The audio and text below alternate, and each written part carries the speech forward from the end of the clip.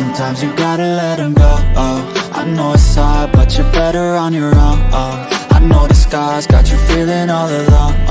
I know it's hard, but you gotta let them go. Say it with me, everything is okay. But you gotta let them go. I know it's hard, but you're better on your own. Yeah, on your own. Yeah. All these feelings kept, I wanna be over.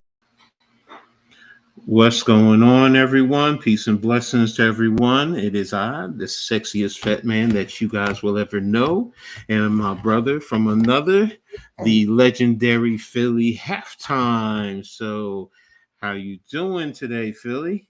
Doing good, Halftime. doing good. I keep calling you Philly because I'm looking at the Mm. screen. But yeah, how you doing today, brother? You've been doing good. I'm doing good. That's good. I'm kind of beat, but I've Hey. been working really hard, so it's kind of rough. No, I understand, bro. I definitely understand. So I appreciate you even being here today. I know it's tough for you. I had your show early this morning. Good show too, between you and Mitch. It went pretty good with me and Mitch. Yeah, you guys have a really great rhythm and a really great bond. So I appreciate it. So, but to everyone in the chat, big fan Breezy. Thanks for being here, brother. Big Nets fan. So appreciate him always being here. Mitch, love the who made the intro.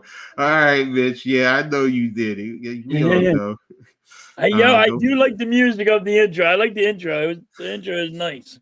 Yeah. Mitch did his thing for that, and I appreciate him for it. So, go Phillies at 410. 410. Yep. All right. So, you guys are definitely in first place. So, gonna get into that. So, I got a few subjects that we definitely going to talk about today. And first of all, everyone, thanks for last week. I know we weren't here last week. I had some personal issues I had to work through, and Halftime was very supportive. Everyone was supportive of me as I was dealing with what I had to deal with. So again, thanks everyone. I really, really appreciate everyone's support. It's always a good thing when you have people who are very supportive. So, but the first thing we're going to talk about the NFL, and because we just had the draft, I want to talk about draft grades. And I want to talk about each of us give a draft grade for each of the team in each conference. Now, we're going to start with the NFC first. So I already have the list of teams all set. So the first one we're going to talk about is the Arizona Cardinals. With their picks, with Marvin Harrison Jr., the Robinson, the defensive end from Missouri. I mean, what would you say you would give a grade for them based off of their first? Gotta give them an A. Mm-hmm. I gotta give them an A just for those two guys that you just named. I mean, they really did good. They even traded back and they got more picks.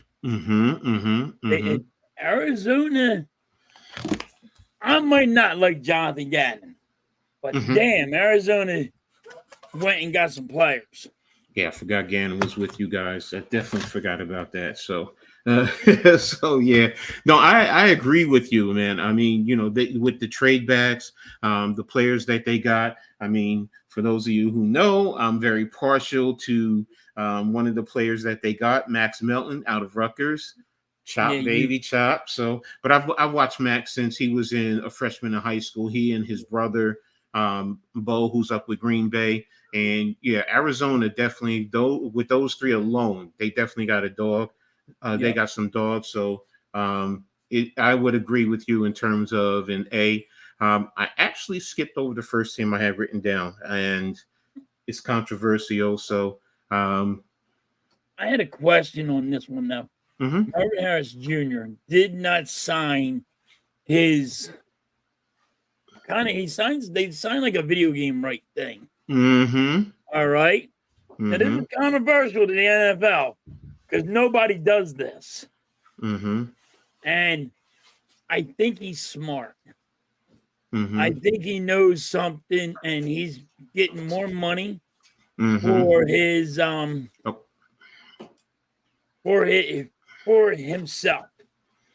Because they always just sign, these players just sign, well, okay, whatever you say, I'm just going to do whatever you say, NFL. And he's like, no. Him and his dad smart. They're like, no, we're not doing that. Actually, what that was, when he signed his rights to Fanatics, he actually did that in college. The NIL, Right. that was in college that was done. That they were able to do that. Now, it's a catch-22 with that, because when I heard it, I was just like, okay, well, what does that mean? But what I found out is, in the NIL, Fanatics, what they did is they'll give guys, a flat rate, and they sign them for X amount of years. Yep. Now, they can't sign any deals with the NFL. Or the NFL Players Association, certain deals in terms of their imaging and everything, because they have a contract forever, how long it is, whether it's 5 years, whether it's 6 years. It's a catch-22. Now, he can afford it, so it's not a big deal. But some of the other guys in the NFL that are coming in, from what I understand, it might hurt them somewhere down the line. I don't know. All this is new. NIL in college, everyone is trying to figure their ways around everything. So, it's new, but yeah, I just like to know what is their naming right that they got from Fanatics. Because, if it's, say, Marvin Harrison Jr., okay, he probably got $10-15 million from them. So, it's an interesting dynamic. So you're bringing college along with them into the NFL. So, right. But hey, parents, if you got young boys who you're raising, just keep that in mind. And if you don't fully understand, then get you some legal help that can at least go over contracts and really, because I'm concerned about some guys who might get, in a sense, taken advantage of, because they might not fully understand contracts, negotiations, or so on and so forth. So, but yeah, I like it. It's a new trend, and let's see what happens with it. So, one of the other ones I wanted to talk about, and I apologize, I forgot they were the first ones. The Atlanta Falcons. All right. Atlanta Falcons. Oh, this is a good one. Atlanta Falcons. Mm-hmm. What would you give them as a draft grade? I gotta go with C. Mm-hmm.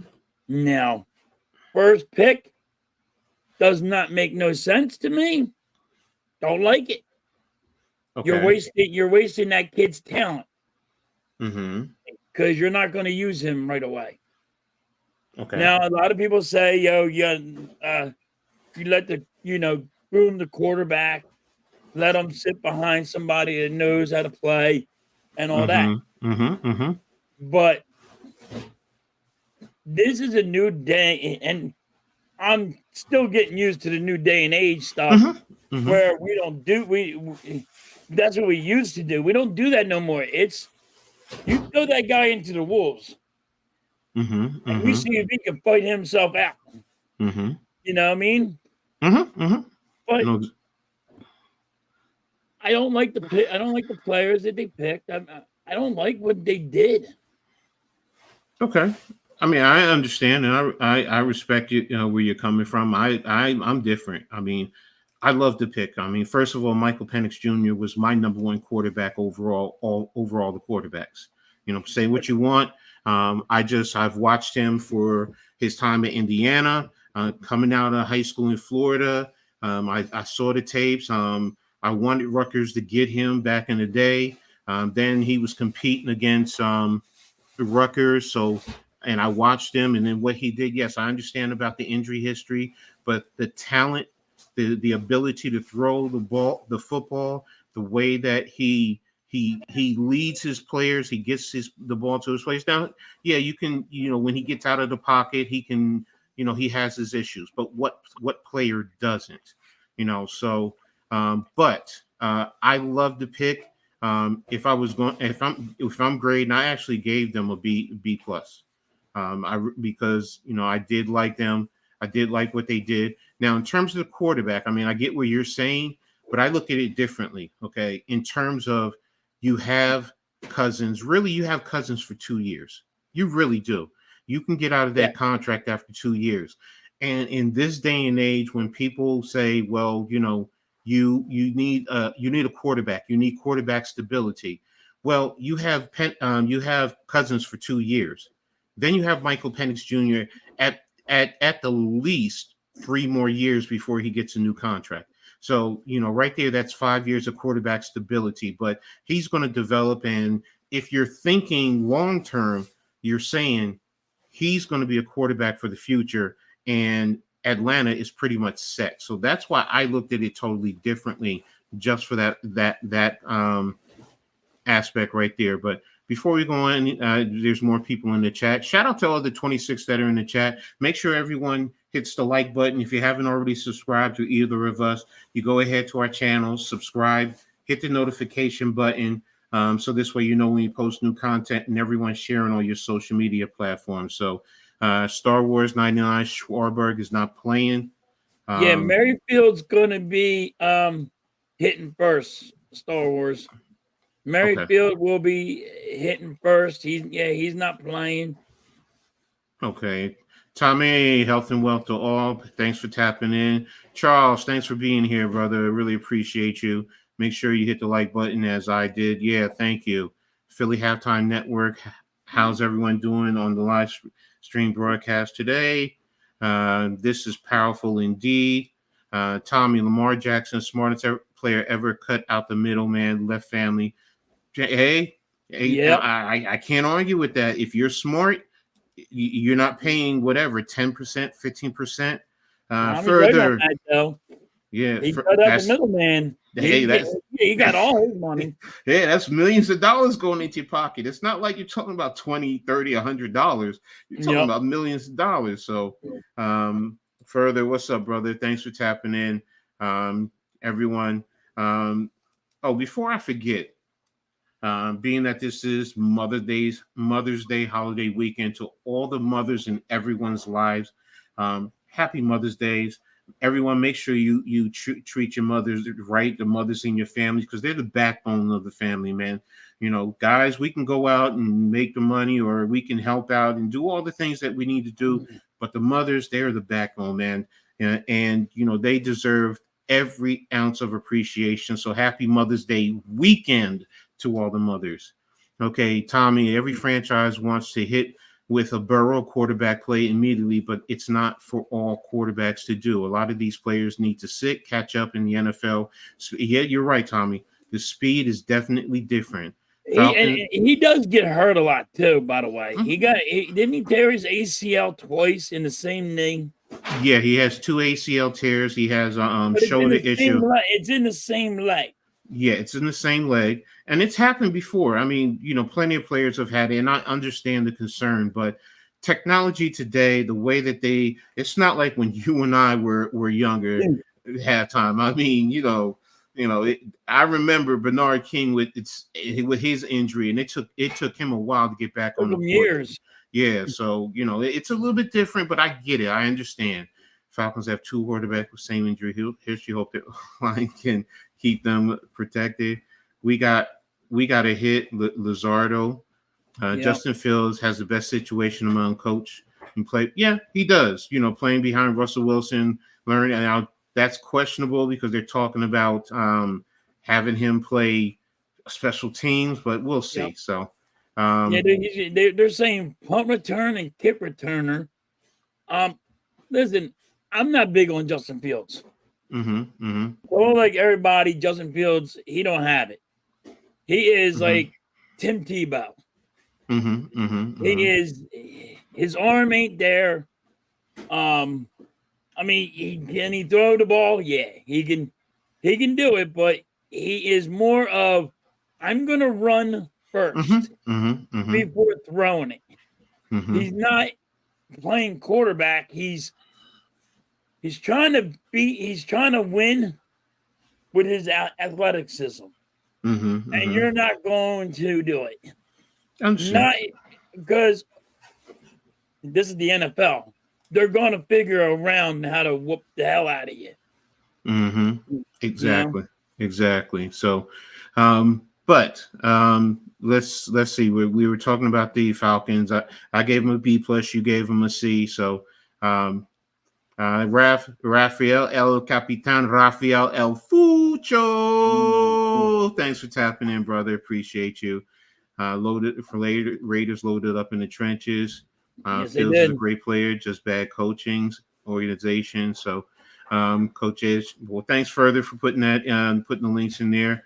Both of our links, really appreciate you. And again, thanks everyone for being here. I know this is our second episode. You guys are part of the family. You're helping us, as we go along. We're even got some kinks as we go along. So, but you guys are right there rocking with us. Next, I want to talk about is the Chicago Bears. The Chicago Bears. And what kind of grade would you give them for their draft? Well, what they did in the draft, I give them a B. But in the organization now has to step up, and everybody knows the organization's bad. So, are they going to waste the talent they just got? I mean, a lot of people could say they wasted Justin Fields' talent. They could just say they wasted a lot of talent. So, got to see what the Bears do with it. Well, I gave him a B, but I actually gave him an A, and it's not even because of Caleb Williams. It's actually Rome Odunze that's really pulled that grade up for me. I mean, they've made some great moves along the way, in terms of the different trades that they did. But I loved Rome Odunze. He was like that tie for that number 2 wide receiver in this draft with Neighbors. But I just love him. I watched him at Washington, his size, his ability.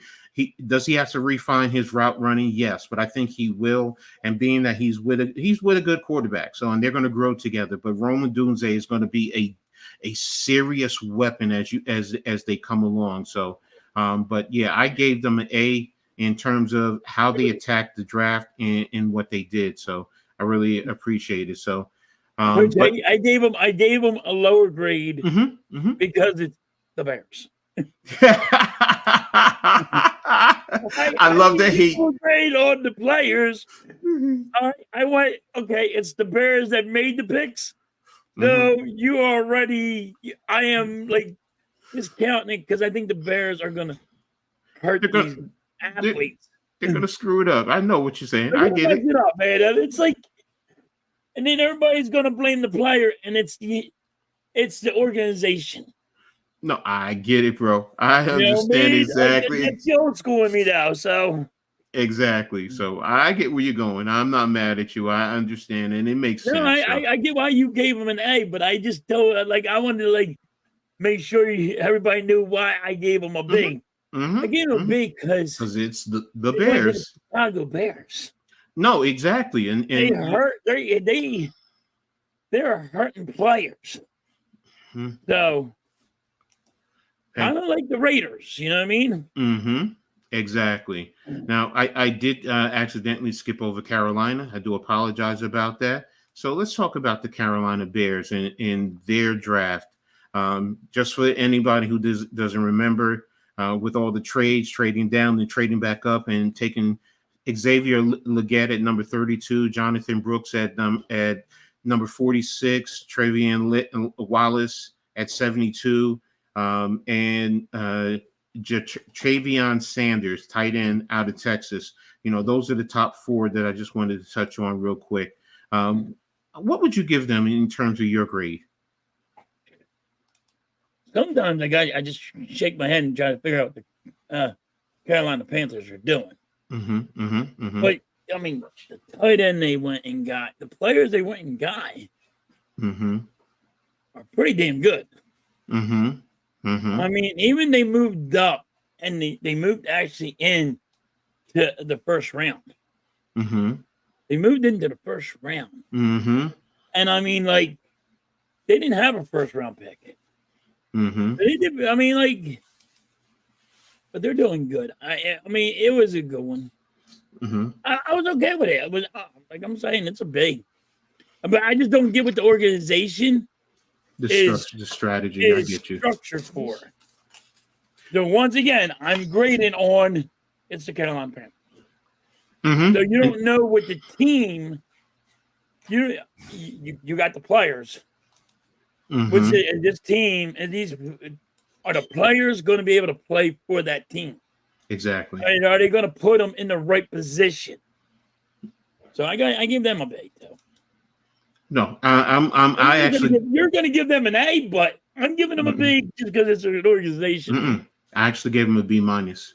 Oh, Because I'm kind of like you. Yeah, they got some good players, but you know, it's like, what are you doing? You're moving around, and I'm like you. Well, what are you doing strategy wise? And just like Tommy said, they need trenches, man. You were getting Bryce Young killed last year, and you need to. Oh, hold on a second, guys. Sorry about that. I have to help me. You needed to make sure you secure your franchise quarterback, and not getting any offensive linemen in the draft, young offensive linemen, leaves me questioning, you know, their future. What are they trying to do? So, but that's where I gave them a B minus. So I didn't give them, you know, an A. It seems like I'm giving it an easy A. No, I'm not. Next up is the Dallas Cowboys. Dallas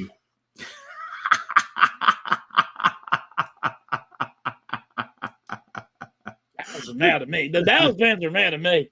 I'm still getting a little heated from the Dallas fans, so they're mad at me. Your Dallas fans go run away now because you're gonna be mad. Why are Dallas fans mad at halftime, man? Leave halftime alone. But yeah, what's your thoughts on their draft so far? It's gonna be a C minus or a D plus. Ooh. Now, listen to this, and this is why the Dallas fans are mad at me. Because I told them, in Twitter, in X, whatever the hell you want to call it, that you, with your first round pick, you traded down. And then you went and got yourself an offensive lineman. That you could have gotten in the late second or early third round pick. Oh, Guyton? Yeah. Wow. Now, he could have traded totally out of the first round, coach, and got this guy. Nobody was going for him. Now, hold on. This is why you know nobody was going for him. Because you traded back. And what did you trade back? Didn't you trade? They traded 4 picks, 4 teams or 5 teams. I mean, like, there's only 3 more teams that are picking, and it's over. The first round's over. You did not have to. You wasted that. You could have just dropped down totally out of the first round and got more picks. You know what I mean? These are the Dallas Cowboy fans. They're like, well, we went and got picks. No. You wasted that pick. And you could have went and got them. All right, even if you wanted to say put them in the second round, in the mid-second. And that's being nice. Nobody was going for them. They were going corners. They were going wide receivers.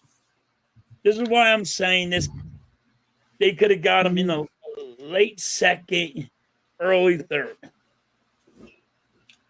And I mean, like, they didn't go get a running back. They needed a running back. They didn't go get the stuff they needed to what they needed to do.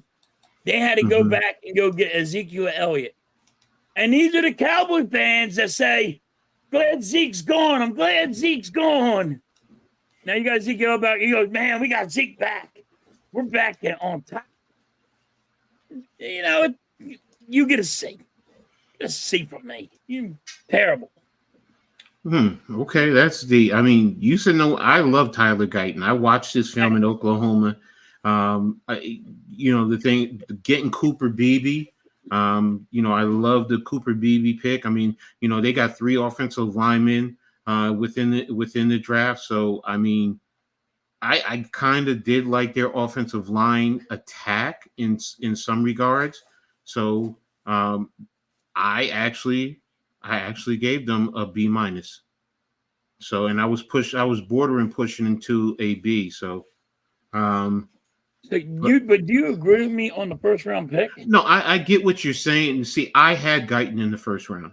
I really did. I think what hurt him and pushed him, and a lot of players, where you had the quarterbacks going in the first 12 picks, because there were some prognosticators who said 2 of those picks, quarterback picks, might have been late first into the second round. So, and that's the thing that hurt them, quarterbacks, and then the wide receivers going early.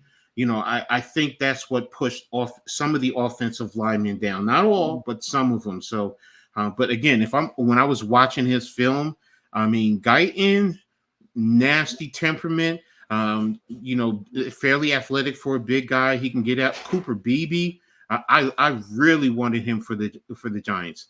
I loved his tape at Kansas State. He's a mauler as a guard. So, there are some, and anyone who knows me knows how much I cannot stand the Cowboys, and me giving them, a decent grade is hurting. But I mean, I have to be fair. So, I mean, even the edge, in Marshawn Neal, I mean, you're putting an edge who's going to learn from Lawrence how to play the edge position in the NFL. So now the running back, you want to make an argument there? I get you. I can definitely argue. I can definitely agree with you. But the way you win, I mean, heck, look at your Eagles. The way you win in football is in the trenches. Yes. And they needed offensive line. They needed offensive line. So that's why it's like, okay, I like what they did. So next up, let's talk about the Detroit Lions, the whole city, with what they did there in Detroit. Shout out to the Big Blue Crew who was there. And, I mean, they said the Detroit fans were phenomenal. They were cheering for their quarterback. But how would you rate their grade? They got Terrion Arnold at pick number 24, Anis Rakashoa at pick in the second round at pick number 61. Then they picked in the fourth round Taco Giovanni Manau. Then you picked running back Sione Vika in the fourth round also. Those are the top 4 I just wanted to talk about. And Sione Vika can also play safety, just so people understand. He's versatile, so he's not just a running back. So, but how would you grade them? That's a B plus, A minus. Love what Detroit did. Mm-hmm. I mean, I'm not I guess, I just loved everything they did. They went and got the pieces they really need. So I really liked it. I'm like, Detroit gives you that vibe that, all right, we're not here. We're not messing around. We're gonna do it. They're going to make it the playoffs, and they went and got more weapons to make the playoffs. See, I'm with you in terms of grading B plus, A minus. I said the same thing. I really like what they did in terms of their draft. So I think they did a hell of a job there. Filling spots, but also helping keep that what they are doing rolling. I mean, because their situation is very fluid. It's growing, and they're one of the top teams. We all know it. They're one of the top teams in the NFC right now. So I definitely agree with you. Players like what's the safety that they just lost that went back to the Eagles? Oh, you're talking about what's his name? Gardner Yeah. Johnson. Yeah. So they actually went and got his replacement. Mm-hmm. You know what I mean? Mm-hmm. Mm-hmm. And that's what I'm talking about. Like you went and actually, whatever you lost, you went and actually got in the draft. Mm-hmm. Mm-hmm. Okay. No, exactly. So I agree with you there. Now let's talk about the Green Bay Packers, the frozen tundra team. First round offensive lineman Jordan Morgan out of Arizona. Second round linebacker Edrin Cooper in the second round. Safety Javion Bullard from Georgia also in the second round, and Marshawn Lloyd, running back, in the third round from USC. What's your grade? What's your thoughts on their grade? I'm giving them an A. I'm kidding. Green Bay, I'm giving an A. I mean, I like all of them players. Mm-hmm, mm-hmm, You know mm-hmm. what I mean? They went. Just look what Green Bay did. Green Bay is building around Jordan Love. Mm-hmm. Y'all might want to be worried about Green Bay Packers because they are coming in and they're not playing around. Mm-hmm. They're getting ready. They're building up that front line. They're getting those running backs going. Be worried about them. Green Bay's coming. Look, I love what they did too. I actually gave them an A.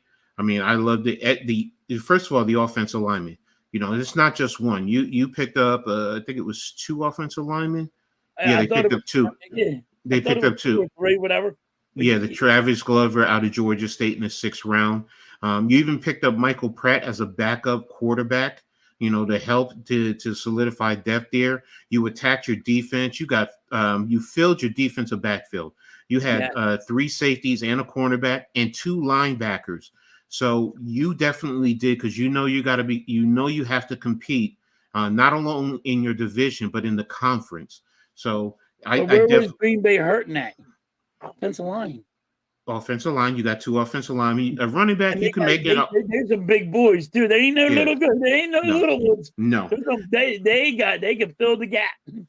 And with losing Aaron Jones, with picking up Marshawn Lloyd, who, you know, I've even heard some people said he could have been a high second, maybe pushed to a low first. I didn't think he would, but you know, I've saw some. So I love their draft. That's why I gave them an A. So I give them an A too. So I love their draft. I'm like, here comes Green Bay. Y'all might want to know nothing. Mm-hmm. Yeah, if you guys don't, if everybody just sits there and going to turn a blind eye that Green Bay's not going to do nothing this year, you might want to think again. Exactly. So now let's talk about the team out of SoFi Stadium, the Los Angeles Rams. First round pick Jared Verse out of Florida State. He's an edge. Also, defensive lineman Brandon Fisk, also in the second round out of Florida State. Running back Blake Corum in the third round. And also safety Cameron Kitchen out of the U safety, and also in the third round. What's your thoughts there? Well, I just like what they did. I gave them a B plus, maybe A minus if you want to go that way. I like the safety that they got. Kitchens, yes. I mean, if they went and like another team that went and got pieces they need. You know, but I really like the safety a lot, and that's why I got to give them a B plus to an A minus. Because that safety, I'm like, he's all that in a bag of chips to me. I mean, this dude, that dude's like, I didn't know why he sank. I thought he would go higher, but he didn't. Yeah, first he was talked about close to being in the top 10 in some rankings. So I'm with you. I mean, I love their pick. I mean, first of all, you lost Aaron Donald, and you picked up 2 interior defensive linemen along with Jared Verse. I mean, because you also picked up Tyler Davis out of Clemson.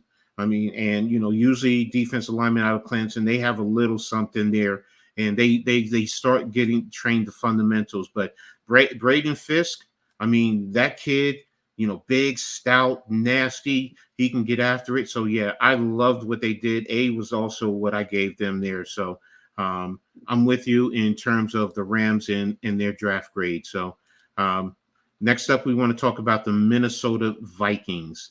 Also out of the big frozen tundra, if you want to say that. Let me see. Let me pull up their draft just to make sure. They got that. They got the quarterback McCarthy. Yeah, they got JJ McCarthy, right? Mm-hmm. Then everybody says he's suspect. It's because he's young though, and that's the problem. You don't know what you're really getting with him. So, but now this is a team that has to throw this guy into the wolves. Yeah, you know what I mean. You throw this guy into a lion's den. No, I agree with you. Yeah. So, but I like their moves that they made. I do. Okay. I like the moves that they made, but I mean, there's a lot of people are saying JJ McCarthy is not that good of a quarterback. You know what I mean? So, I mean, I get it. Everybody has an opinion, and their opinions don't really. Just because they say somebody's going to be bad doesn't mean they're going to really be bad. You know? So, yeah. They still have the wide receiver. They still got a Jefferson as a wide receiver. Yeah, Jefferson, Addison. Get him the ball. Yeah. That's all they got to do. Get him the ball somehow, some way. And he'll handle business. Based on McCarthy alone, I gave them an A. Now, initially, when I was starting my evaluation, I had McCarthy low, and then when I sat down and let me real quick, Greg asked, "Are you doing a game today?" I'm gonna do the Phillies game after we're done. It's at 4:10. Okay, and I'm doing the actually UFL game at 4:00. It's two top teams in the UFL with the two top quarterbacks in the league. So yes, I'm going to be doing that. I'm actually doing a pregame at around 3:45. So once we're done here, I'm pretty much jumping right into that. So yes, we're going to be doing that now. Like I was saying, in terms of McCarthy, that's why, it's actually A- because he is still a rookie and he still has to develop. But you do have weapons around him where you just if you treat him like the Steelers did back in the day when Big Ben first came out, they had talent around him. Just get them the ball, whether it's handing the ball off or just simple stuff to your receivers, and then grow. So, but like I said, when I first watched him, I had him low in my rankings in the bottom 6 through 10. But then I watched his film and I looked at him. And I said, and I thought about it and what he did. Yes, he played in a system that was geared to run. So, but there were moments where, yes, he's inconsistent, but he has talent. And that's that's the biggest thing. He has the talent to go out there and produce. So that's why, I said, okay, A- is what I'm going to give them. So you got to give them at least an A- because they went, I mean, even though they might not like McCarthy, the dude can get somebody the ball. He does have some talent. He can throw a bomb. The problem is there anybody out there that's going to be able to receive that bomb? Well, I mean, like you said, he does with Jefferson and and Addison and Hawkinson. So you're like, okay, yeah, they do. So now let's talk about the New Orleans Saints. Their top pick was Talise Fuaga, offensive tackle out of Oregon State. And if you guys have not seen him, that kid is straight nasty, bro. He's straight nasty. He's a beast. So, he's a beast. Exactly. So looking for the rest of their draft class. Actually, I forgot who they got. As soon as they got him, I was like, "Oh, they're good." Yeah, no, and that's the thing. Didn't they get like 2 offensive linemen? I think they did, but it's like I'm sitting here. Usually, all the teams have a draft central that you can click on, and some of them don't have. Like I know they just signed him to. They signed signed 5 of their draft picks, but I'm trying to find all their draft. Uh, they don't have a draft central. That's what makes it hard for me to know exactly. Let me see what the NFL site has. NFL.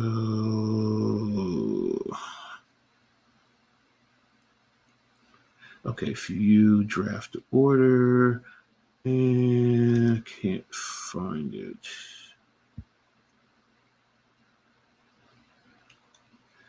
Okay, teams. Here we go. Teams.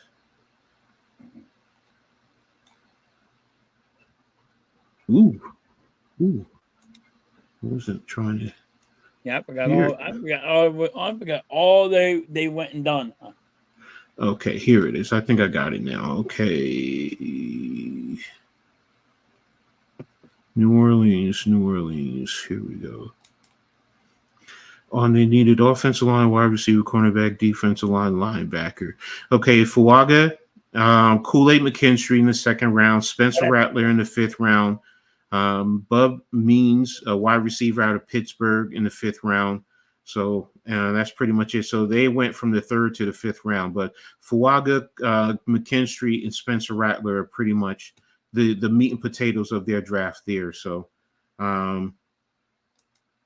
what would you say that their grade is? They didn't have that much to pick from, and you have to look at how many picks they had. I still gotta give them a B. I mean, they went and got Kool-Aid too. Everybody, Kool-Aid was on everybody's board. Kool-Aid don't get off nobody's board. Kool-Aid still is on bringing somebody's board. They didn't even wipe him off yet. They ain't wiping it off. Kool-Aid's gonna be that guy's gonna be a beast. See, I'm giving him an A-, man. Fuaga, I love that, and like you said, McKinstry definitely is definitely a good cornerback, especially if you develop him. And then Spencer Rattler, I understand, the ups and downs. You don't know what you're getting with him per se, because he was supposed to be an elite quarterback, but then he lost out to Caleb Williams at Oklahoma, and then ended up leaving. So. But, if you watch his play and his talent, the kid has talent. He has talent. So, that's why I'm going to give them an A- in my regard. So, but next up. They really did good, man. You got to really. Yeah. I mean, what they had were picks. They also have Lattimore over there as the other cornerback. So you can have 2 decent cornerbacks, or I don't want to say lockdown as yet, but you can develop them. So, yeah, no, I like what they did. So, so next up, my New York Giants. So go ahead. I want to hear what you got to say about the Giants. What's your thoughts? A lot of people ain't going to like this one. Eagles fans ain't going to like this one, but, man, gave you guys an A. I like what you guys did. I know everybody's, on. Well, you guys didn't go get a quarterback. You ain't got a wide receiver. And that wide receiver is going to haunt the Eagles for just a little bit. I don't care if it's Danny Dimes. I don't care who's throwing the ball. You can have Stevie Wonder throwing the ball, and he'll handle business. I'm just going to say it like that. I'm like, it don't matter. I'm like, this kid, he is making go look at watching him at practice right now, one-handed catches. He's better than OBJ. Okay? I'm telling you, he's going to be better than OBJ. So for the Giant fans, should be happy. And don't sit there and knock Danny Dimes. And what did you guys do? Go get an offensive line. You went and got guys. You get an A. You went and got players. I think you got a running back too. Can't remember the kid's name. Tyron Tracy out of Purdue. Yeah. So you went and got all right. You lost your running back. You went and you got a running back. He's going to be good. You got an offensive line. Didn't you get a tight end too, Coach? Yeah, we got a tight end. So I mean, here's the Giants. What we did, we got Malik Neighbors in his first round, safety Tyler Nubin out of Minnesota in the second round, Andrew Phillips, cornerback out of Kentucky, Theo Johnson, tight end out of Penn State. Those are our top four. So, So you um, pulled your defense up. You got an offensive line, and you got this freak of a nature as a wide receiver. mm-hmm. I'm telling you, he's a freak. He's going to be better than OBJ. I'm telling y'all now, the Giant fans should be so happy about this kid. This kid even has an attitude. Like, look at how he represents himself in an interview. Exactly. See, I'm with you. I of course I gave them an A. And I know I'm like you. There are a lot of Giants fans. You need a quarterback, and I said, look, you're trading up, and I understand the Giants try to, but you're going to give up picks and future picks to move up. But you need young talent because that's how you build your team through the draft. Now, the Giants did go out in free agency and get quite a few offensive linemen, quite a few, and a new offensive line coach. So we're going to see how that goes.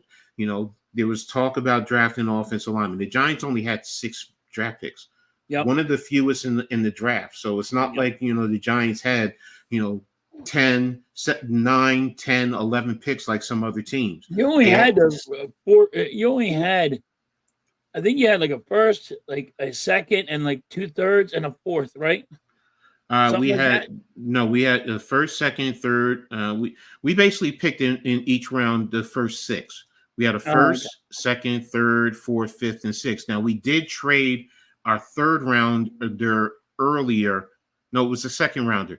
We traded our second rounder. That's how we got Brian Burns from Carolina. So because we did have 7 picks, but that was the pick that we ended up trading away to get Brian Burns. So, but the picks that we got, we don't know what's going on with Waller as a tight end. So, getting Theo Johnson, Penn State did not use Theo Johnson correctly. I'm sorry, they didn't. I'm a Big Tenner, so I know they did not use him properly. And if we use him, first things first, offensive line has to develop. And if the offensive line develops and we can give our quarterback time to get the ball to the weapons, like you said, Neighbors can do certain things, and then he can help enhance the other wide receivers. You have the tight end, and then the type of offense, the running game that they want to run, which honestly, to some extent, did not completely take advantage of Saquon's talent. But these running backs are going to be more versatile. They're going to be one cut and they're going to go. They're not going to be dynamic, cutting all over the place type of running back. So Curtis Joe Giants are a mid-team with no quarterback. Good luck. But they do have Curtis. They do have a quarterback. Even if Danny Dimes is done and he don't even want to, they went in free agency and got a quarterback. Look, they got Drew Lock in free agency, but here's the thing. Pay attention. They got another quarterback. So if Danny Dimes does not show up and he is horrible, they will pull his ass and put Drew Lock right in there. Here's the other thing. Can get the ball to people. Here's the other thing. Worst case scenario for the Giants, okay? And I'm going to be honest, okay? If the Giants do poorly, I don't want to say that poorly, but if they're in position where they can get a quarterback in next year's draft, whether it's Ewers, whether it's Shedeur Sanders, whether it's what's his name, Beck down at Georgia, whoever, you still have other talent around him that they can come in, and they're not leaving him barren with nothing around. So I will say this: if the Giants pull up, if the Giants do what they did last year, they lost their coach. Their coach is going to get fired. The GM is going to get fired. There's going to be hell. Heads are going to roll. Here's the thing with the Giants, okay? Because I'm not going strictly off of records. I'm sorry. This is my unpopular opinion. I'm not basing everything off of overall record, unless you're talking about they're 0-6, 17, or 2-15, something to that effect. But if I see a team that's competitive and they're slowly going there and they got 7 wins, I'm sorry, I'm not looking to make a change. I'm not. But if they're in every game, or for the most part, You they're lose not 4 losing games in a 40 to row. nothing, 40 to No, nothing if you coming. lose 4 games in a row, like right off Jump Street, you're going to be calling for your coach. Who, me? No, I'm not. Not me. Really? No. Well, I know the fans will. Yes, I understand. Most of the voting. fans, yes, I get it. Everybody's going to be yelling at Danny Dimes, and they're going to be Yes, yelling for the I get it. I coach. get it. I get it. They're I going to understand. be yelling for the GM. They're going to be Yes. yelling about something. Yes, but see, again, my point is, remember last year, we right off the bat, we got our faces, we got our asses kicked, 40 to nothing. So that's why I'm saying, if you're in games, and let's just say you're losing games with the other team comes down and kicks a last second field goal, you have to you really should try and say, well, wait a minute, they're competing. That's the whole thing. You're putting that on a scale and weighing it out. Yes. You got to weigh this one out. It's not just on the record. If the ball bounced our way right just in that game, we could have won it. Exactly. Now, I mean, again, like I said, if they end up with 7 wins, but you're saying, well, these Giants are competitive teams, are like, I'm glad I don't want to face them anymore because they're a tough son of a gun or whatever, then it's a different ball game. But if you have dysfunction, coaches arguing, then yeah, I mean, that's a different story, man. I'll be ready to move on. But if I see that a competitive team, I mean, heck, what you call it has already lost weight. Dable has lost weight. Most people are going to be surprised. You just look at him. So that's telling me that he's committed to what's going on. So, but again, let's move on. The next team we're going to talk about is your Philadelphia Eagles. Go ahead. The floor is yours, brother. I got to give I gave them an A+. I gave them an A. I was given in the beginning. I gave them an A+, but I dropped it down to an A. I don't like what they did with the 3rd round pick. Okay. I think they got to build him. They got to make him the edge rusher that everybody is saying he is. He's not there. And if you want to, and if people say I'm wrong, go look at people that are talking about him. They even say he has to be groomed. So they don't say that to be, off base. Mm-hmm. So, I mean, I figured you could have got him in a different round. Mm-hmm. But maybe, but you got to like what the Eagles did. They went and got Trotter Jr. I thought we were going to get Trotter Jr. I don't know why Trotter Jr. dropped so bad. But the guy I don't like, why I really did, what was the wide receiver coach? He's like 6'7". Aeneas Smith from Texas A&M. Yeah. No, Wilson. Is it Wilson? Johnny Wilson from Florida State. Yes, I don't like that. Bad route running. Can't get out of his own way. Stumbles over his own feet. The only thing he can do, put the ball up in the air and he can jump for it because he's 6'7". Mm-hmm. But that's the only guy I don't like that the Eagles went and got. That's why I gave him an A+, went down to an A. Okay, I got you. Gregor, I understand about Cam Rising, but if he does come out, I think he's going to be a journeyman at best. Maybe he gets drafted in the late round, but I do like him. Great leadership skills.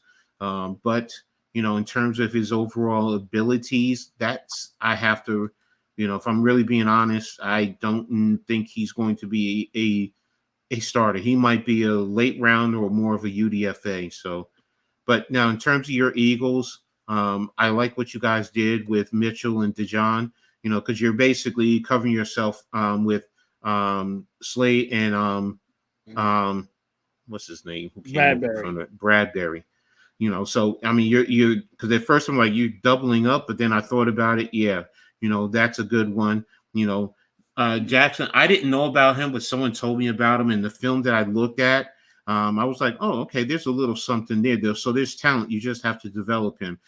Getting Will Shipley out of Clemson, good running back. So he could develop into something. So I mean, one of the picks I loved is you guys always got to get an offensive lineman. Trevor Keegan out of Michigan. I know Mitch loves that pick because he's a Michigan man. But yeah, you guys, I think, did a very good job, and I'm with you. I gave you an A. It's hard for me to say that for teams in the NFC East. I know. It's kind of hard. I'm over here giving the Giants an A. Yeah. I'm over here. I see Eagle fans. They're like A++++++. Mm-hmm. Like, you got to be real with your goddamn grade. Exactly. I mean, we all are homers. I get it. Listen, but I had the Eagles as an A+, but there's some moves I didn't like, so I give them an A. You can't give them lower than an A, but you know what I mean? Because how good they did. Exactly. All right, next up, we're going to talk about the San Francisco 49ers. Their first pick in the round, wide receiver in the first round, wide receiver Ricky Pearsall. Second round is Ronaldo Green, cornerback out of Florida State. Third round, Dominic Puny, guard out of Kansas. And 3 fourth-round picks, Malik Mustafa, safety out of Wake Forest, Isaac Guerrero, running back out of Louisville, and Jacob Cowing, wide receiver out of Arizona. But how would you grade them overall? My thing was, like, when I was watching it and I seen the 49ers doing this, I'm like, oh, my God. They are going to trade Debo. They are going to go and trade their other guy. Ayuk. I'm like, they're going to trade somebody. I'm like, and I'm hearing, like, Ayuk is going to Pittsburgh, and I'm hearing Debo is going to Washington. I'm like, if Debo goes to Washington, the man, he would fucking be a perfect fit over there. And I'm like, if he goes and Ayuk goes to Pittsburgh, oh my Lord, like, and you have to understand what, the 49ers have, like, they're tight against the salary cap. And everybody's, this is why they want to trade these guys. They can't afford everybody. So did they just get their replacements? So I like the moves they got. I gave them a B. I gave them a B+ on it. I like their moves, but it's like, what are you guys doing? Because it seems like they're about to trade some wide receivers. See, I gave them a B, A-, B+. The Pearsall, I like Pearsall, but I had him as a second round grade. So, but I understand, I've heard other prognosticators say he's a first rounder. Green, I think is a good cornerback. Puny, I did a little film work on him, but I'm really not I don't know much about him. So I would have to go back and look at it. But out of their 4th round draft pick, I love all 3 of their 4th round draft picks. Guerrero, I love that running back. When at first when I saw him at the combine, I was like, oh wow, this kid looks like a player. And then I went back and I looked at the film at him at Louisville. I'm sorry, I have to say it right. And I was like, wow, this kid is much better than you realize. So Jacob Cowing at Arizona, playing with I can't say that quarterback's name. Now imagine this guy near McCaffrey, though, Coach. Now McCaffrey, he don't like bringing somebody in under his wing, but if he ever did, this is the kid to freaking put him under his wing. Exactly. If anything you want to say, I think McCaffrey's selfish. I think McCaffrey's all about himself, and that's okay. You know what I mean? But if he can actually just take this kid under his wing and show him the shit that he knows, that kid right there is going to be dangerous. Exactly. For the NFL for a long time. No, I agree with you. That's why I said I love Grando. I loved his game or what I saw. So you're right. He could definitely develop into something special. And look, they're hedging their bet if they have to move on from, McCaffrey. So there you go. So now we're going to talk about the Seattle Seahawks. First round, Byron Murphy, defensive tackle out of Texas. Christian Haynes, guard. They picked him in the third round because they didn't have a second rounder. They had two fourth rounders. Linebacker Trice Knight out of Texas El Paso and AJ Barner, tight end out of Michigan. What's your grading there in terms of Seattle? I gave them a B minus, but like they did good. It's like they went and got an offensive line. They did the safe. This is what they did. They did the safe route. They went and got offensive line up and defensive line up. That's the safe route. You can't go wrong on it. And nobody can go wrong on. That's what they did. They went and got a tight end because they're missing a tight end. They need help on tight end. That kid should be okay. Hopefully, I think they did okay. So. Yeah, I gave them Byron Murphy is the reason. Byron Murphy and Christian Hayes are the reason why I actually gave them an A. To be honest with you, I love them. Christian Hayes is, people are going to sleep on him. They filled every need that they needed. They needed defensive line, They needed offensive line, tight end, linebacker, and they actually did hit that there. I mean, they even got other offensive linemen in the draft too. So they got a total of 3 offensive linemen in this draft. And that's why it's like I really love their grade. This draft was really weird to me. It was actually everybody they went for what they need, not for what they want. Not, hey, I'm gonna pick the best player. That's one thing that didn't happen. They didn't go and pick the best player. They went and picked their needs. Every team went and picked their needs. For the most part, yeah. They didn't just let the board fall to them for the most part. I think everyone attacked, and they filled what they needed at certain points in time. So other than Atlanta, if you want to make the argument in the first round. So salute to Coach East Coast Gridiron.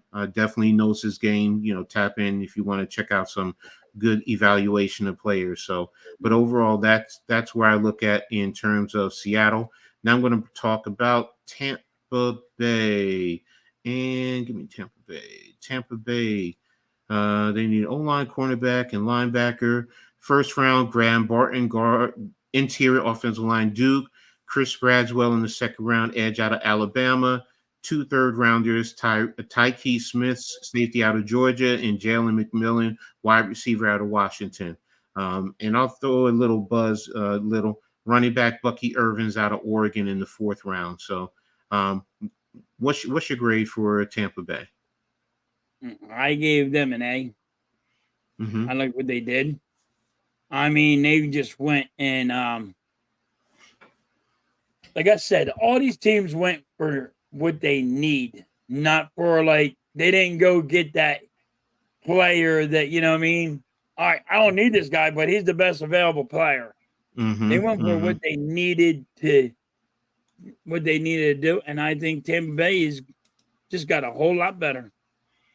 Yeah. I really liked what Tampa Bay did. I'm A- with them. So yeah, I'm with you. I definitely like what they did and how they attacked like you said, the positions that they needed to address. So they definitely did that, and especially playing in their division, I think it can help them going a long way. Yeah, I'm with you. I gave them an A-. Last one we're going to talk about, them Commanders, Washington Commanders. Need a quarterback, offensive line, cornerback, and wide receiver. So, of course, we know number 2 in the first round, Jaden Daniels. Second round, they took Jajon Newton, defensive lineman out of Illinois.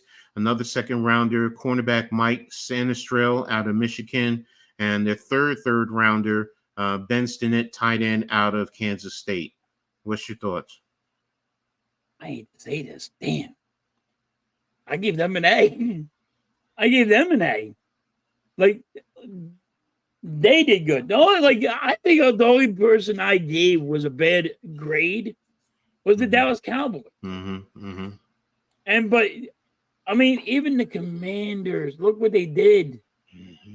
We needed a freaking quarterback. We got a quarterback. We got wide receivers. We went and got guys. They didn't mess around. They went and they had a great draft. They should have been super pumped. I even saw the rookie camp for the Washington Commanders. The kid got an arm, dude. He's slinging the ball around. He's got an arm. No, yeah, they definitely, did a good job there. I mean, Coach says Tampa Bay got an A+, and he's actually a Jaguars fan. So, I mean, I'm like, okay. But hey, he's very knowledgeable in college football. Definitely. So, as far as Washington, I'm with you. They got an A. I mean, they addressed all their needs and then some, going even further in the draft. Kind of hard to say it when you got to go against those teams, right, Coach? Exactly. I mean, one of the third rounders that I loved was Luke McCaffrey. That's Christian McCaffrey's younger brother. Yes. Played the same position as his dad when his dad came out, played with the Giants, and then before he went to Denver.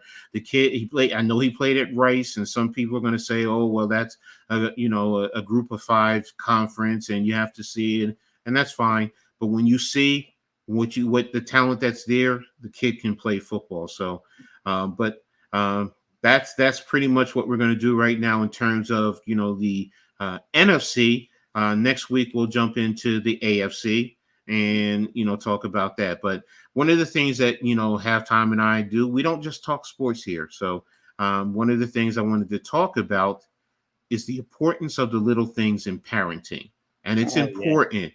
Nowadays. So, and when I say that, okay, just to give you guys a little insight, from my experience, because I was a single dad raising 3 girls, and there were certain things that I dealt with, trying to be a good father, and I think I did a fairly good job. My daughters tell me that all the time, even though they tell me I lecture too much and, I get on their nerves, but that also tells me my kids did right. I mean, my kids were raised right, but, there are times that, saying I love you as a man, it was hard for me to do, especially with daughters, especially being affectionate, raising girls, to be brutally honest, you're worried about being perceived, if you're kissing your daughter or hugging on your daughter in public, oh, is he doing certain things to his child? Yes. Being honest with your child, don't be afraid to talk to your child. I mean, my daughters will tell you, I sat down and I talked to them about, as they say, the birds and the bees as an early age. I didn't put it on another person because I was their parent and they could understand a little bit more, laughing with your kids, telling your kids that you're proud of them. Those are some of the key important factors, in my opinion, that go a long way in terms of helping. We know.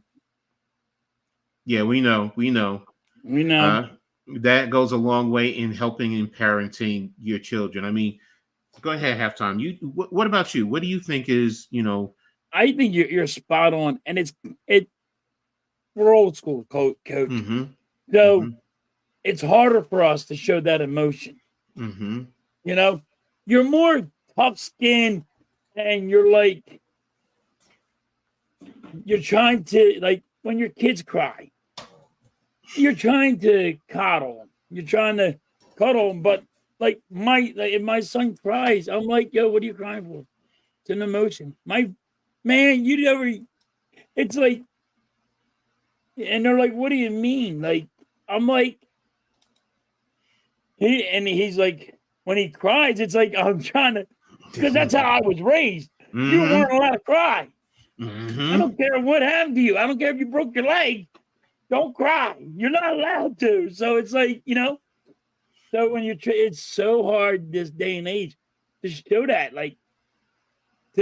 and when you sit there and you have your kid and you're trying to, like you said, kiss your daughter, you give your daughter a little kiss, and you're outside and people are looking at you like, what's going on here? Like it's my daughter. Like, I love my daughter. It's my world right now. And or like me and my son, I'm not kissing my son. We give a fist bump or a hug, and that's about it. But like, I just give him a big hug, and that's it. But it's like you can't show those affections sometimes that you want to. It's like, but it's because we're old school. Exactly. But see, that's the point to, a younger generation, yes, you should be able to do it. For example, like he was talking about, if you have a son. Now, it's hard to, want to kiss your son, but you kiss your son on the cheek here in the United States. I know internationally. In the head or, Yeah, exactly. My dad is in his 80s and he'll come up to me and I'm in my late 50s, and if I'm sitting down, because I'm much taller than my father. But if I'm sitting down, he'll come up and he'll kiss me on the top of my head, just like you said. But that's about it. He's old school. Growing up, my father's in the military.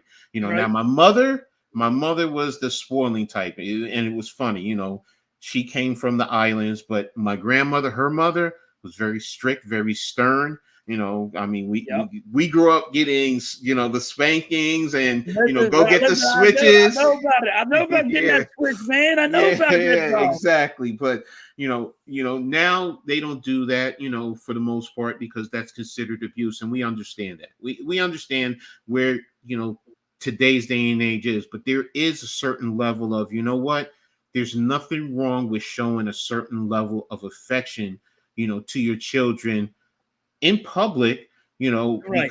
because that's going to help them grow, and that's going to help them to be able to be emotionally stable and not afraid of that aspect in their life. And when they choose a significant other, they're going to be able to be affectionate with them in the proper way, as opposed to the improper way. So, and tell your child you're proud of them. I've seen too many parents, their child will, come home with a A+ on their paper and, oh, okay, good job. That's about it. That's about Every it. But time my son shows me something, it's like you could just sit down, my son, and listen to him, and he can name off all the planets and all the moons around the planets, and you're like, dude, that's amazing. Like, how do you remember that shit? So I'm always giving him credit. You always got to give them props. Like, he's totally smart. So, and then he does his math. He's like, my wife's like, how the hell did he figure that out? He did that in his head. I'm like, well, that's how I do it. So I understand it. He's like, yeah, it's easy, right, Dad? It's like this. I'm like, yeah. And it was just like the little things. They love that stuff. And they also need the, how reinforcement. Feel the reinforcements that they are doing good. You have to show a lot of support. Exactly. And everything your kids are doing. Exactly. And that's they're even playing freaking with their cars or the Barbie dolls. You know what I mean?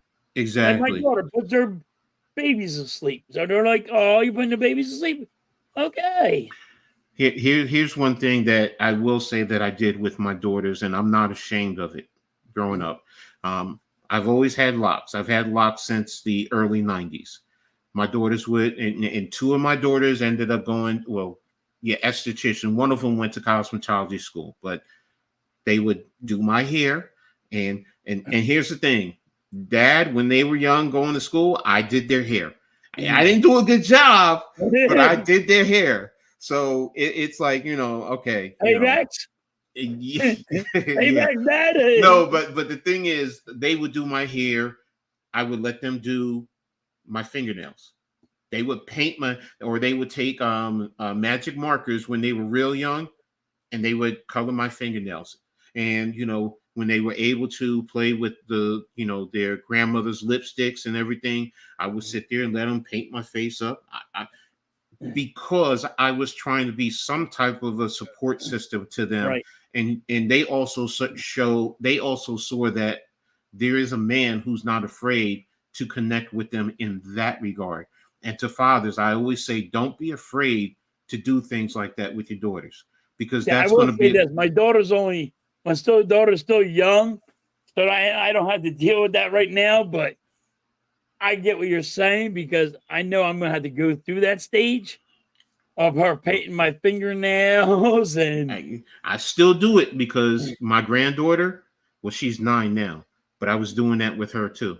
So I still do things like that with her till this day. So, whenever she comes over, and I'll be honest with you, if my daughter, she wanted to paint my hair pink, I wouldn't care. And that's the thing.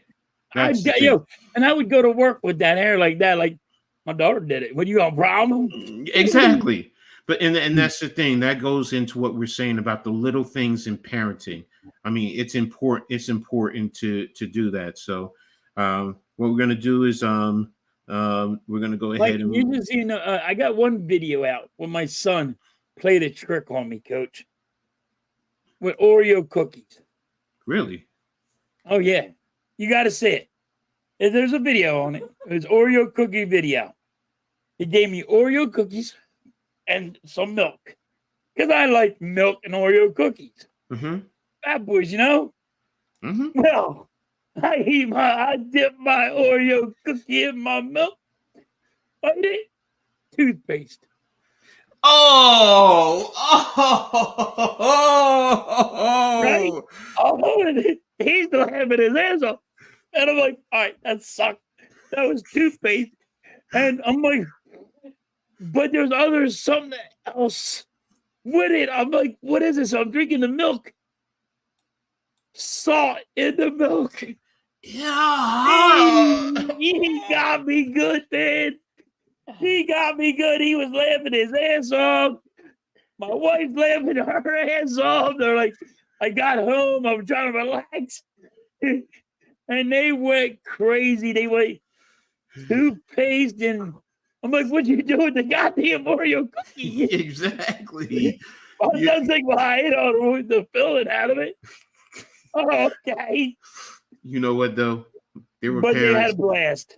And he loved it. He was laughing. Good dad. That's showing how great of a dad you are, because also your son is comfortable enough to play a joke on you, because there are parents that, you know what, their child wouldn't do that because they're so terrified of their parents. And and these are those of you, like Coach said, he's not a parent as yet. So these are just little things you're getting from two, as Blaze says, 2 old farts. Now I will let you know, I knew something was up, because when you have a little kid sitting there staring at you down like, here, eat this, eat it. Yeah, and he's trying to force it. I'm like, all right, I know I'm getting to something. I don't know what's happening, but yeah. No, he don't know how to hold a poker face, but I love the video where you let him pie you on camera. That one I loved. So now the pie one is, I betted him that the Eagles were going to win a Super Bowl against Kansas City. And he told me, Dad, they're not winning. The Eagles are going to lose. You're doing all this, and they're going to lose. And he's making fun of me. I said, well, we'll bet. We going to bet. He said, a pie in the face.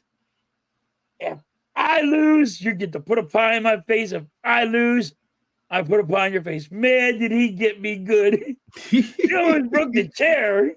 I remember that. That was a good one. So, but I let my kid, those little things. That's what the kid, that they love. The kids love that, man. Mm-hmm. Mm-hmm. They like to give your dad a little shot and joke around and be able to play, and exactly. So, that's great, and you're going to get more of that as we go along.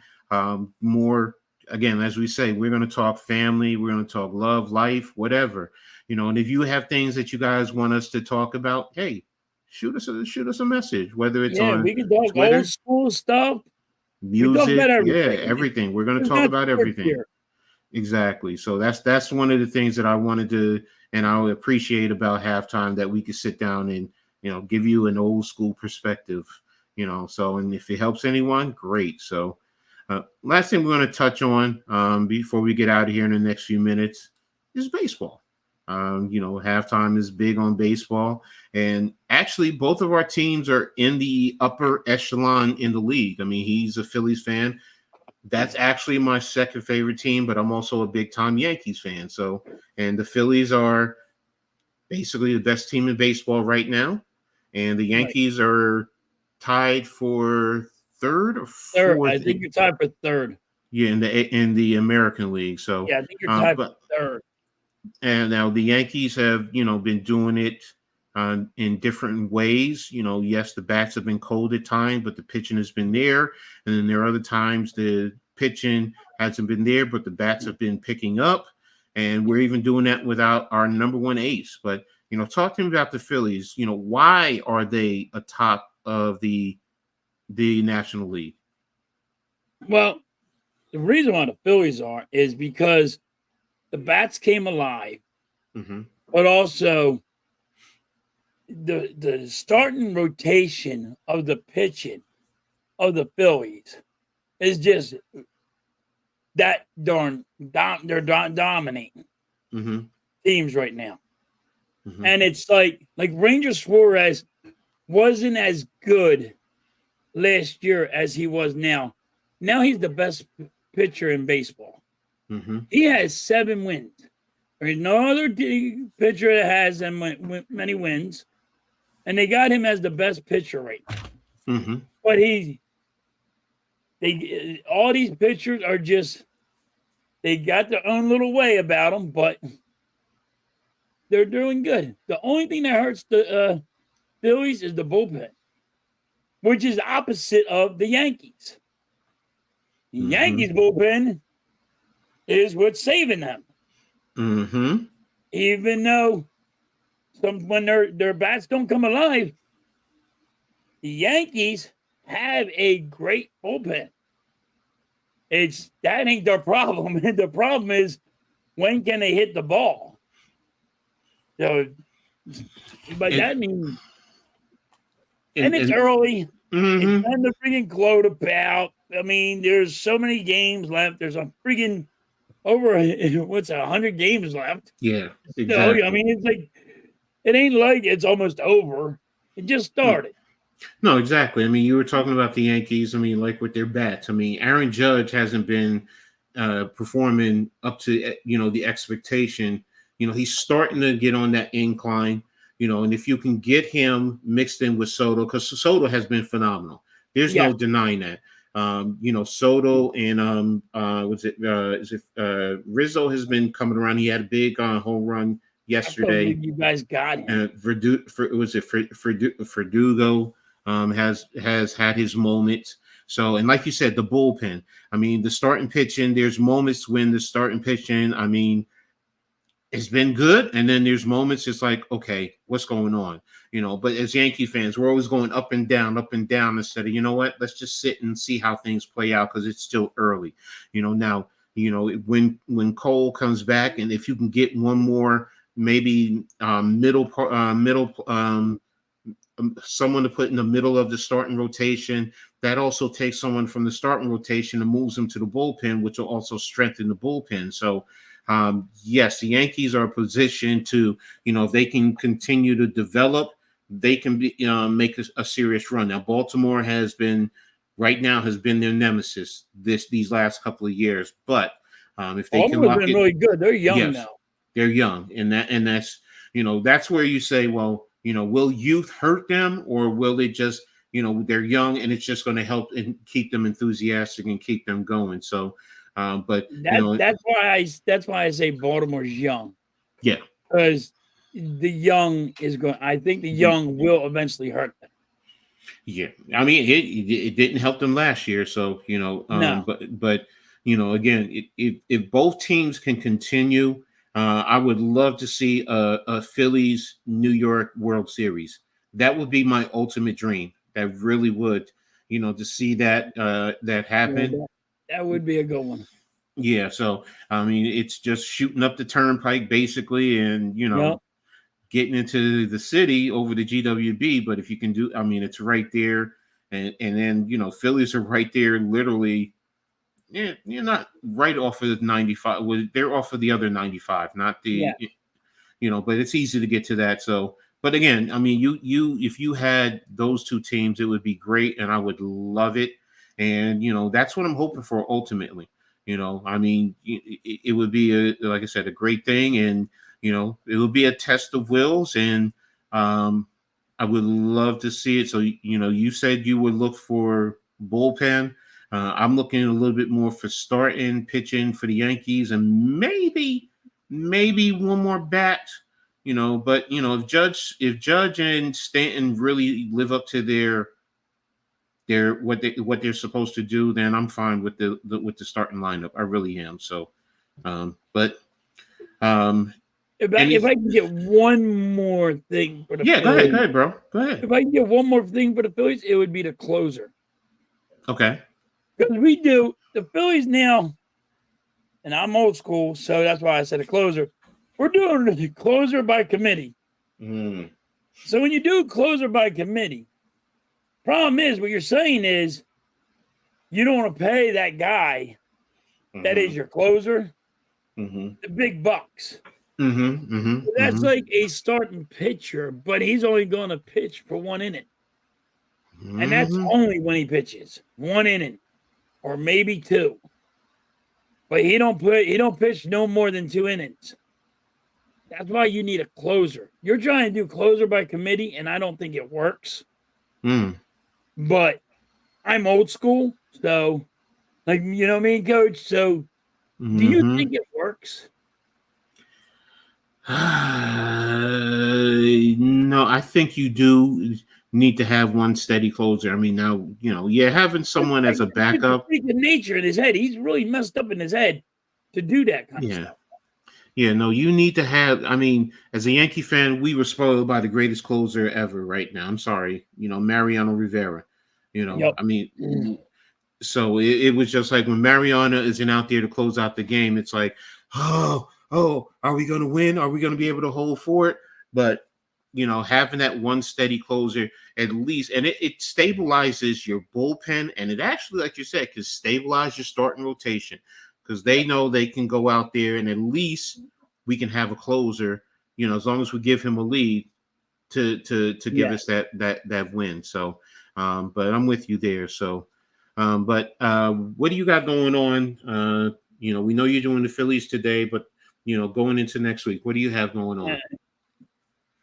I think tomorrow. By tomorrow, I'm probably just going to be streaming. I may be streaming Phillies game tomorrow, and then also streaming with my son on playing a video game. Like we say, we always talk about the parent thing. I also put my son. He made me the YouTuber that I am right now. So, hey, I get him involved. I put him on there, and because he's too young to be on there by himself. So, but he can do it with a parent. So, this is what I'm doing. So, this is also like the parent part of what you put your kids involved. I'm doing. That's what I'm going to be doing tomorrow. Okay. What about next week? I have no idea. Okay. I work so much. I don't know if I'm coming or going. I get home at 8 o'clock at night, but if I get home at 8 o'clock at night, I'm too tired to do something. I got you. But I would like to do. I got to do a couple rant and raves somehow. I got to get that in there. Yeah. I got to get back. I got to get back on my yelling about my teams. Exactly. So, and as for me, today doing the UFL, the Birmingham Stallions, and the St. Louis Battlehawks. I'm repping St. Louis. Tomorrow, I'm doing the NBA with the Knicks and the Pacers. And then Tuesday, Heart of the City with NYG 22. Wednesday, Pick and Roll Podcast.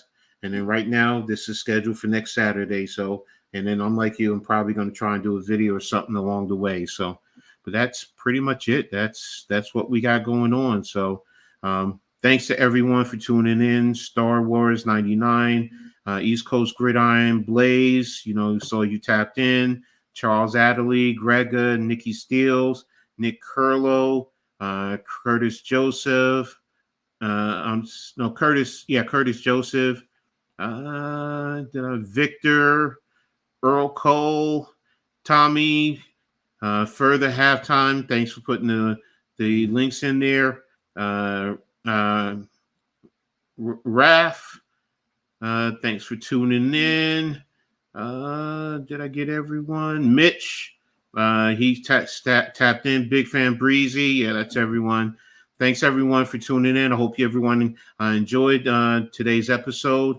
Really appreciate it. Next week we'll be back in here, ready to go full bore.